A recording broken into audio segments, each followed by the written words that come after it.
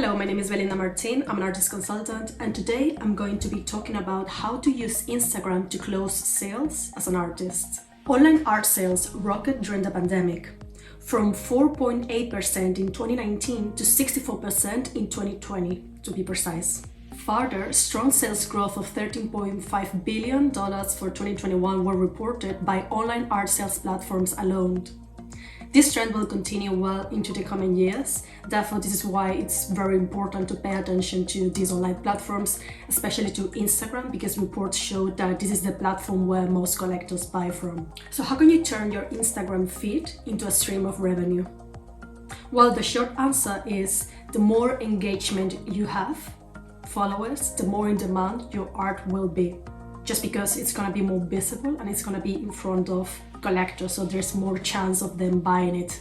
To help you achieve this, I've come up with 11 tips on how to make the most out of Instagram and use it like a pro. Tip number 1 is to post consistently. Ideally, this would be once per day, but obviously this is not possible for everyone, so I would say try to post at least once or twice or even thrice per week in order to promote and sell your art. So regardless if you post 1, 2, 3 times per week, make sure to create a content plan and execute it consistently. Tip number 2 is to only post high-res images of your work. Think about that the first point of contact that a collector has with your work is when you show them online. Therefore, you need to present your works in the best possible manner. Works need to be very well lit, everything needs to be in focus, and in order to achieve the best possible results, you need to edit a bit your pictures, so do it, because this is actually a trick done by many galleries. When they have to make installation shots, they always edit a bit the pictures so the works are presented in the best possible manner. If you need to have like a post-production phase, so that's fine. Tip number 3 is to use hashtags.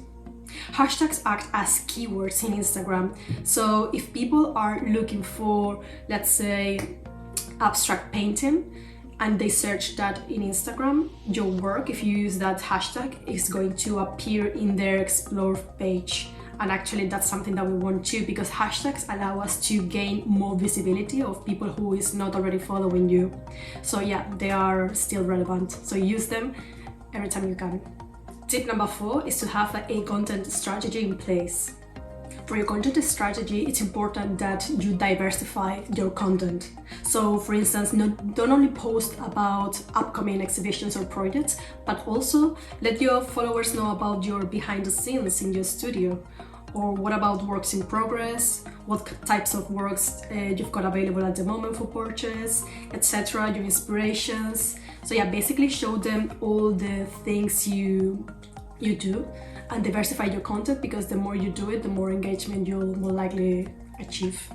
Number 5 is to prioritize video formats, specifically Reels, because Instagram is still pushing a lot Reels. Therefore, if you start creating and posting regularly Reels, your content is going to be pushed out a lot, and therefore it's going to be in front of the right people.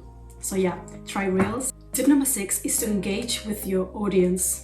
You need to be using all the features that Instagram has available for us. So from stories to reels to comments, likes, etc. So you need to be active in this platform in order to generate more engagement and therefore attracting clients and followers. Especially use stories are really important in order to sell, because normally people who are going to buy from you are people who are already following you. Therefore, stories, because they are more casual and they disappear in 24 hours, are a very good space for selling, because it's not going to come across as very salesy pushy. So yeah, stories are really great in that regards. And try to run polls, ask questions to your followers, questions about which painting do they like the most, etc. So try to make the most out of it. Tip number 7, okay, when you post a piece in your Instagram, make sure to state that the work is available for sale.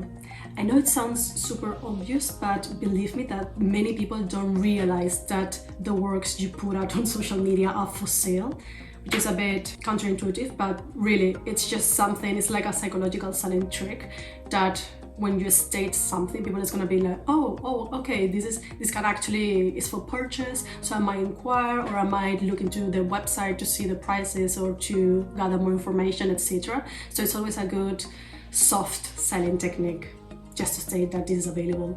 Similarly, if you've sold a piece, make sure to say that the piece has been sold and be super loud about it, especially in Instagram, because that's actually going to create social proof, and people is gonna be like, oh, this is a hot artist, so if someone has already purchased something from you, I might do it as well.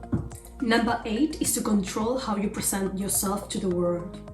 Not only in terms of what gets posted on your feed, but also what information you've got in your profile and bio. Indeed, a good trick to maximize your visibility is to put in your Instagram name that you are an artist, or at least the word art, because this will make the label of galleries, curators, and clients looking for artists easier, just because, as I mentioned before, Instagram acts as a search engine optimization also, so there are certain keywords that are going to pop out in the explore page of people. So if you state that you're an artist, that's actually great because you are going to appear basically. Similarly, number 9 is to have a clear bio. Explaining your bio very shortly what kind of art you do or what materials do you normally work with, so that again, if a potential client or a curator, gallerist, dealer, etc. is looking for a specific kind of artist or artworks, your Instagram is going to show up more easily. Another tip is to also add in your bio your current shows or projects you may have and mention the gallery that hosts them, so tag them. A bonus tip here in your bio is also to include relevant links related to your practice, such as for instance your website or maybe your YouTube channel, or a promotion you're running, your available works, etc. You can use tools such as Linktree in order to put many links in one. So yeah, this is very important to include it in your bio. Tip number 10 is to create highlights of your particular projects or exhibitions or even artworks classified by materials or dates, so that the potential clients that come up to your profile can quickly access your previous works and projects you've worked with in. Finally, tip number 12 is to connect with relevant individuals in the industry too, including galleries, curators, collectors, and also the fellow artists. So make sure to invite them to your shows or to your open studios, or even ask them for their address so you can send them a catalog or an invitation to a future project exhibition. You need to support them and commend them and follow them if you find their content interesting, because this is actually how you start forging relationships. And again, it's about engagement and being active in the platform. So if you want to receive, you have to give something also. Hope you have found this video useful, and let me know in the comments below if you've come across other tips that have helped you in your journey with regards to selling and Instagram. Subscribe for more, and thank you.